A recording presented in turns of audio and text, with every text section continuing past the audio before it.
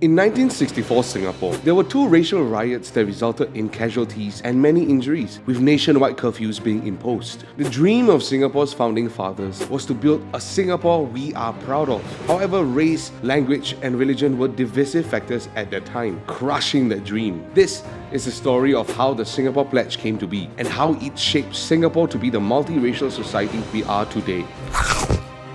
Every morning before school begins, every student recites the Singapore Pledge as a daily ritual. We are all familiar with the words regardless of race, language, or religion. But many do not realize the significance of these words, especially in the peaceful times we are in today. Leading up to independence in 1964, Singapore had a period of communal tension and racial riots. Lives were lost, many people injured, and countless shophouses burnt down. The government even had to impose a curfew, and the police, the military, and even the Gurkha battalion had to be activated to restore order in the streets. It was a dark time indeed for Singapore. That was why there was an urgent call to foster a common identity and sense of belonging amongst Singaporeans of different races. Thus, on the 24th of August 1966, shortly after Singapore's independence, the first daily recitation of the pledge was carried out by all government and aided schools, with the goal of instilling national consciousness and patriotism. The first two drafts of the pledge were submitted by then Minister for Education Ong Pang Boon, and although the phrasing is unfamiliar, it had the essence of what the pledge is today. The third and more familiar version was drafted by then Minister for Foreign Affairs Mr. S. Rajaratnam, who was a staunch advocate of multiracialism and aimed to emphasize that race, language, and religion were differences that can be bridged if Singaporeans cared enough about their country. Today,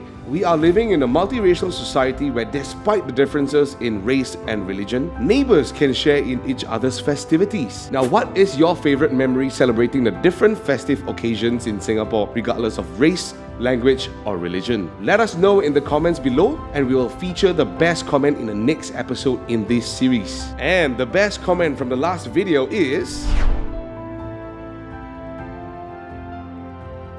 Now, thank you for watching. See you in the next episode of